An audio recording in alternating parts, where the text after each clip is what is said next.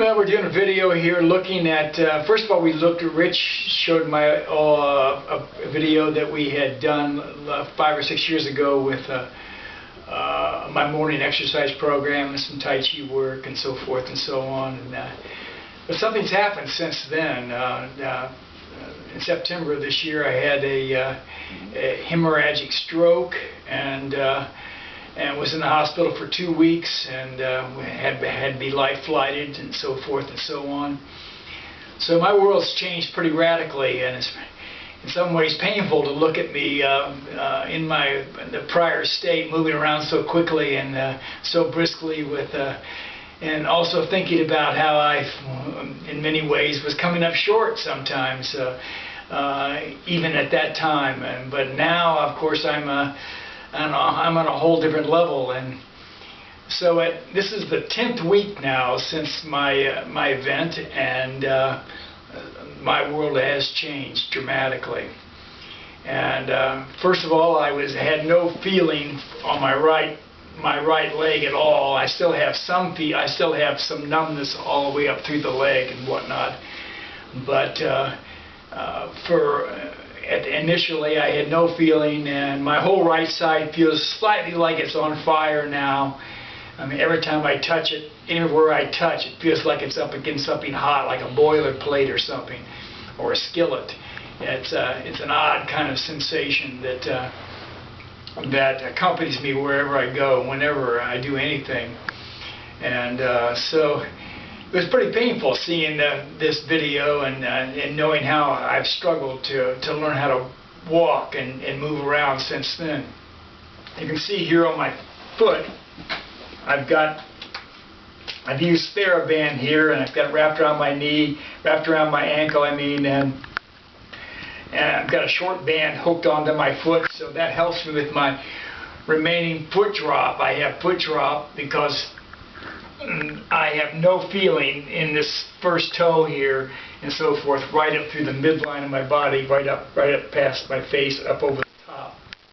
And that's improved over the last 10 weeks. It's quite improved now compared to what it was. But I mean, initially I had no control over my leg whatsoever. It was like a big water sack or a big bag of sand hanging from my body, and very difficult to deal with. And you couldn't deal with it. You just had to like reach down and grab it and turn it over and whatnot. But I'm recovering slowly by slowly, and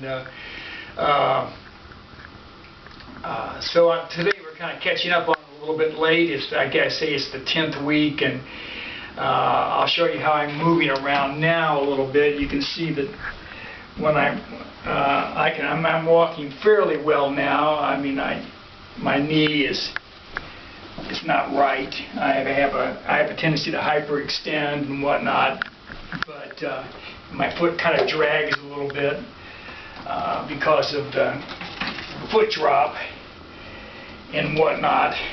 And so this is a whole new world for me. I was playing tennis 3 times a week. The night before, the day before, week before, I had my injury, and then of course I couldn't move at all at that point in time.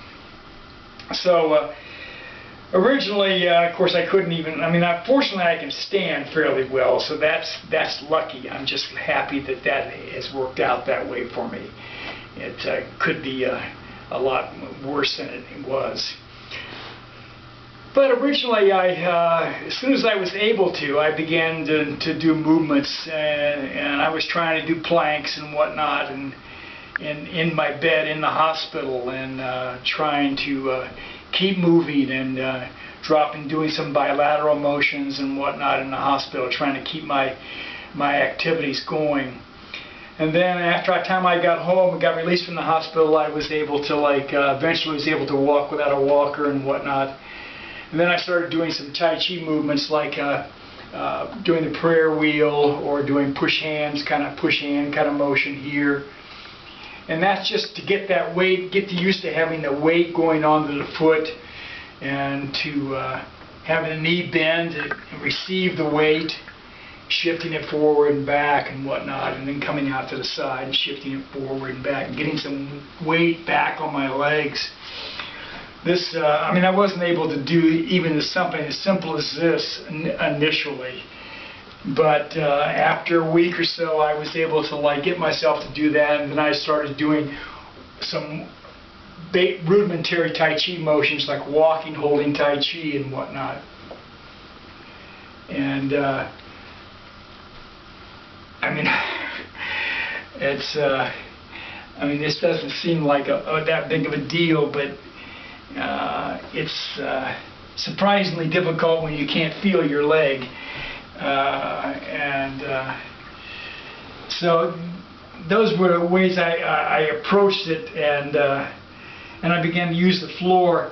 I used the floor different ways, like doing Feldenkrais type motions and dropping them over and getting some sense of body awareness, because again, this whole area had was like my proprioceptive sense of myself, where I am in space, was completely erased from the hip on down, and everything was altered out here. So even the fingertips and whatnot. Initially, you know, before I was injured, I was juggling, and I could run and juggle. I could jog and juggle and whatnot. And then I started using juggling again as an opportunity to help integrate right and left side of my body and whatnot. And that seemed to work pretty well. I did the basic exercises that I showed in the morning exercises, where I was doing pelvic lifts and whatnot, and trying to put some weight, control myself.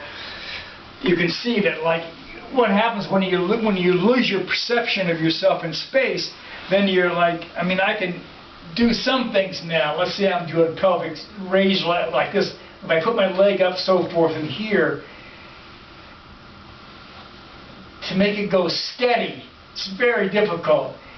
There was a time when it would just do this kind of slide all over the place, and you couldn't control it, because there were so many gaps in my awareness of where I was at in space. And I assumed that was because, thinking in terms of bundles and information, I mean, the injury was right up here somewhere, about right in here, I think. And of course, it didn't injure this part of my leg at all. I mean, this leg is just fine. All those receptors are all in there, just ready to go. And but the connections that I had here were destroyed. And as a result, like, I would have significant gaps, because pieces of the mycelium would be, the pieces were broken, and so there would be gaps in every motion and whatnot. And now, since that time, I'm trying to, like, through repetitions and whatnot, trying to reestablish those connections best I can. Again, this is the 10th week. I've come a long ways. I didn't get to, unfortunately, we didn't do a earlier video on it, but the difference in my motions, and I'm not saying what I'm saying now, is that things are quite a bit different than they were before I was injured. I mean, one of the weird things about it is that you don't have any kind of control over a lateral, like motions, that if you had a sudden motion to try to readjust because you slipped or you fell or whatever, I mean, that's not going to happen now. Because of that, you separated yourself in space. You don't know where you're at in space. You can't make any adjustments, or very few, very good adjustments at any rate. You end up bouncing off the wall and whatnot. And so these are the kind of problems I'm dealing with now. Again, I'm doing it. I'm trying to use repetition. I do use Tai Chi type motions and whatnot, And I work on the point being to integrate the whole body through it, and also to connect to the systems that I've already have set up, because I've got these systems already in place that haven't been damaged, and I'm trying to make they're trying to reestablish connections to those, and to make those consistent, uniform, so that they can be accessed by myself. It's been a real problem. Let me tell you, it's been a real trial. Of course, the good thing about something like this is what you learn is don't do this. You don't want to have an injury like this. You just don't want to have it.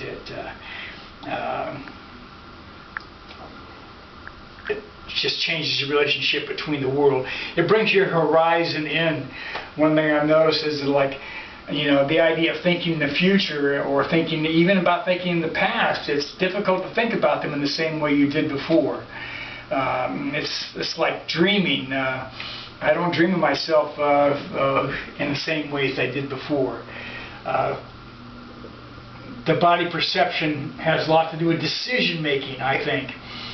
I find myself, when I'm driving my car now, I have a tendency to drive faster, which is weird. I don't understand that, but I find myself driving 5-10 mile an hour faster than I did before.